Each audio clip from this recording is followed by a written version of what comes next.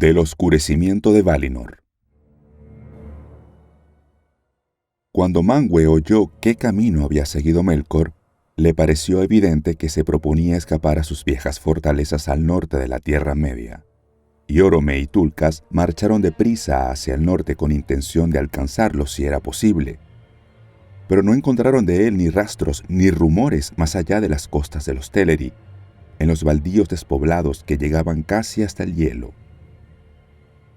En adelante se redobló la vigilancia a lo largo de los cercados septentrionales de Aman, pero en vano, porque aún antes de que se hubiera iniciado la persecución, Melkor había regresado y había pasado en secreto alejándose hacia el sur. Porque era aún como uno de los Valar y podía cambiar de forma o andar desnudo al igual que sus hermanos, aunque pronto habría de perder para siempre ese poder. Así, sin ser visto, llegó por fin a la región oscura de Avathar. Esa tierra angosta se encontraba al sur de la bahía de Eldamar, al pie oriental de las Pelori, y sus prolongadas y lúgubres costas que se extendían hacia el sur, sombrías e inexploradas. Allí, bajo los muros despojados de las montañas y el frío y oscuro mar, las sombras eran más profundas y espesas que en ningún otro sitio del mundo. Y allí, en Avathar, secreta y desconocida, Ungoliant había construido su morada.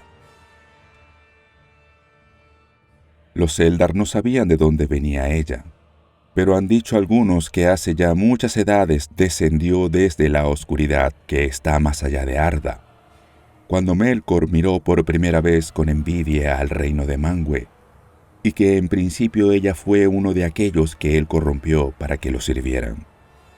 Pero ella había renegado de su amo en el deseo de convertirse en dueña de su propia codicia, apoderándose de todas las cosas para así alimentar su propio vacío, y huyó hacia el sur, escapando de los ataques de los Valar y de los cazadores de Orome, pues estos siempre habían vigilado el norte, y durante mucho tiempo el sur fue descuidado.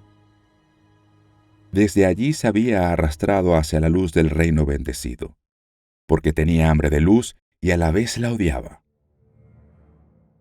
Vivía en una hondanada y había tomado la forma de una araña monstruosa que tejía sus negras telas en una hendidura de la montaña. Allí absorbía toda la luz y la devolvía como una red oscura de asfixiante lobreguez, hasta que ya no le llegaba ninguna luz y estaba hambrienta. Entonces vino Melkor a Avathar y la buscó hasta encontrarla, y adoptó nuevamente la forma que había tenido como tirano de Utumno, un oscuro señor alto y terrible.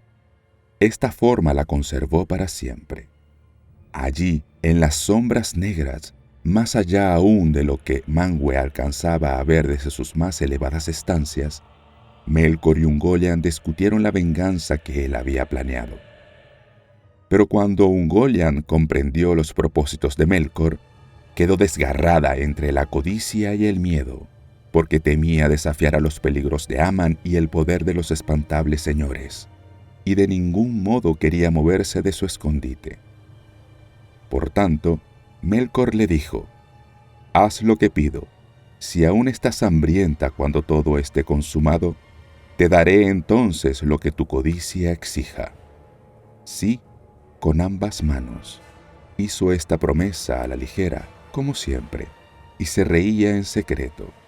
De esta manera el ladrón mayor le tendió una trampa al ladrón menor. Una capa de oscuridad tejió Ungoliant en derredor de los dos cuando se pusieron en marcha. Una no luz en la que las cosas ya no parecían ser y que los ojos no podían penetrar porque estaba vacía. Entonces, lentamente, tendió Ungoliant las telas, hilado tras hilado, de grieta a grieta, de roca protuberante a pináculo rocoso, siempre en ascenso, trepando, arrastrándose y adhiriéndose, hasta que por último alcanzaron la cima misma de Hiarmenthir, la más alta montaña de esa región del mundo, muy lejos al sur de la gran Taniquetil. Allí los Valar no montaban vigilancia, porque al oeste de las Pelori había una tierra vacía y penumbrosa, y al este, salvo la olvidada Avathar, las montañas solo miraban a las oscuras aguas del mar sin senderos. Pero ahora, la oscura Ungoliant se encontraba sobre la cima de la montaña, e hizo una escala de cuerdas tejidas y la dejó caer. Y Melkor trepó y llegó a aquel elevado sitio, y se irguió junto a ella mirando abajo el reino guardado. Por debajo se extendían los bosques de Orome y hacia el oeste brillaban tenues los campos y los pastizales de Yavanna, dorado bajo el alto trigo de los dioses. Pero Melkor miraba hacia el norte y vio a lo lejos la llanura resplandeciente y las cúpulas plateadas de Valmar que refulgían a la luz mezclada de Telperion y Laurelin. Entonces Melkor rió muy alto y se echó a correr saltando por las largas pendientes occidentales, y Ungoliant iba con él y la oscuridad los cubría. Era entonces tiempo de festividad, como Melkor sabía bien. Aunque todas las mareas y las estaciones seguían la voluntad de los Valar, y no había en Valinor invierno de muerte, ellos moraban en el reino de Arda, que no era más que un reino minúsculo en las estancias de Ea, cuya vida es el tiempo, que fluye siempre desde la primera nota hasta el último acorde de Eru. Y aunque entonces el deleite de los Valar, como se cuenta en la Ainulindale, era ponerse como una vestidura las formas de los hijos de Ilúvatar, también comían y bebían y recogían los frutos de Yavanna, sacados de la tierra que habían hecho por voluntad de Eru. Por tanto, Yavanna había ordenado las épocas de floración y madurez de todo lo que crecía en Valinor, y con cada primera cosecha Manwë convocaba una gran fiesta en alabanza de Eru, y todos los pueblos de Valinor convertían su alegría en música y canciones sobre el taquinétil. Esta era la hora, y Manwë había decretado una fiesta más gloriosa que ninguna celebrada antes de la llegada de los Eldar a Aman. Porque aunque la huida de Melkor hacía presagiar afanes y dolores, y nadie podía conocer los daños que aún sobrevendrían antes de que pudieran volver a someterlo, en esta ocasión Manwë decidió poner remedio al mal surgido entre los Noldor.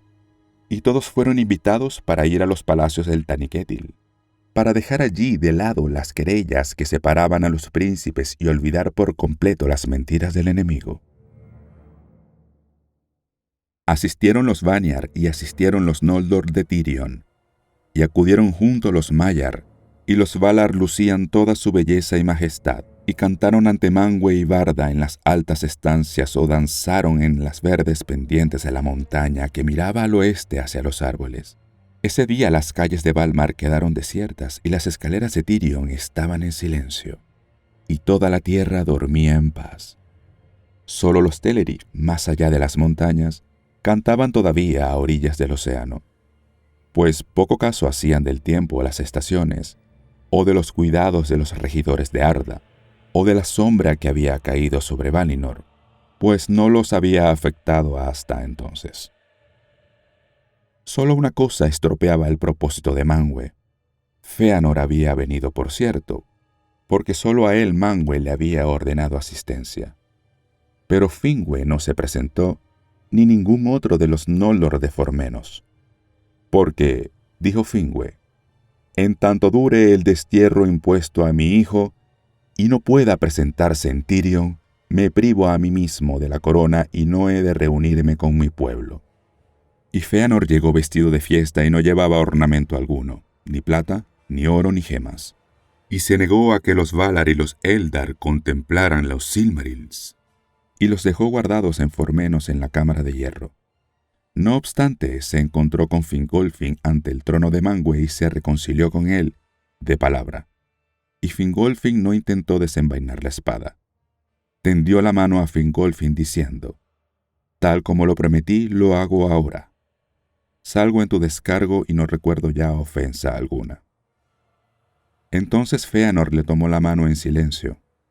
Pero Fingolfin dijo, «Medio hermano por la sangre, hermano entero seré por el corazón.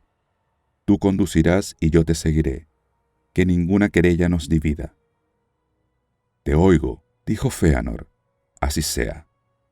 Pero nadie sabía el posible significado de esas palabras.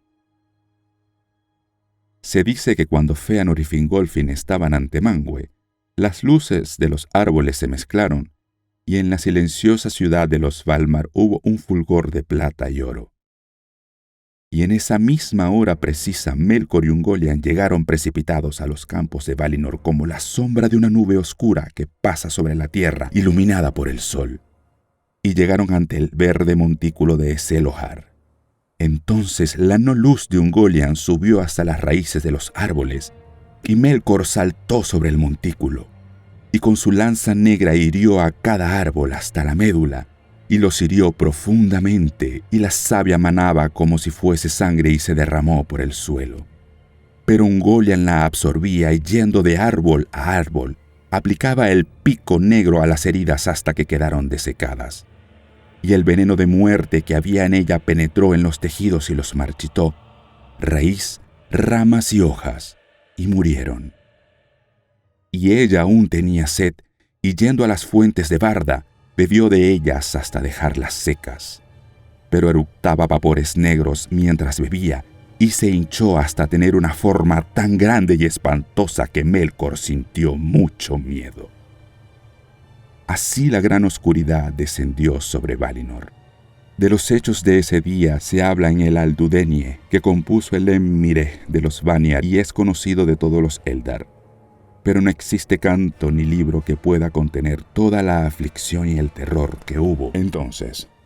La luz menguó, pero la oscuridad que sobrevino no fue tan solo la falta de luz. Fue una oscuridad que no parecía una ausencia, sino una cosa con sustancia, pues en verdad había sido hecha maliciosamente con la materia de la luz, y tenía poder de herir el ojo y de penetrar el corazón y la mente y de estrangular la voluntad misma. Barda miró hacia abajo desde el Taniquetil y vio la sombra que se elevaba en súbitas torres del Lobregués. Valmar había naufragado en un profundo mar nocturno. Pronto la montaña sagrada se erguía sola, una última isla en un mundo anegado. Todo canto cesó. Había silencio en Valinor y no se oía ningún sonido. Solo a lo lejos el lamento de los Teleri, como el grito frío de las grullas, venía entre las montañas con el viento que a esa hora soplaba helado desde el este, y las vastas sombras del mar rompían contra los muros de la costa.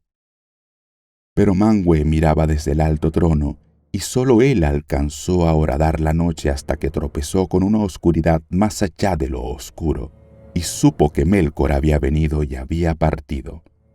Entonces empezó la persecución, y la tierra tembló bajo los caballos del ejército de Orome, y el fuego que relumbró bajo los cascos de Nahar fue la primera luz que volvió a Valinor. Pero no bien llegaron los jinetes a la nube de Ungoliant, quedaron enceguecidos y desanimados y no sabían por dónde iban, y el sonido de los Valaroma vaciló y se perdió. Y Tulkas parecía atrapado en una red negra por la noche, y nada podía hacer y batía el aire en vano. Pero cuando la oscuridad hubo pasado, y era tarde, Melkor se había ido, y la venganza estaba consumada.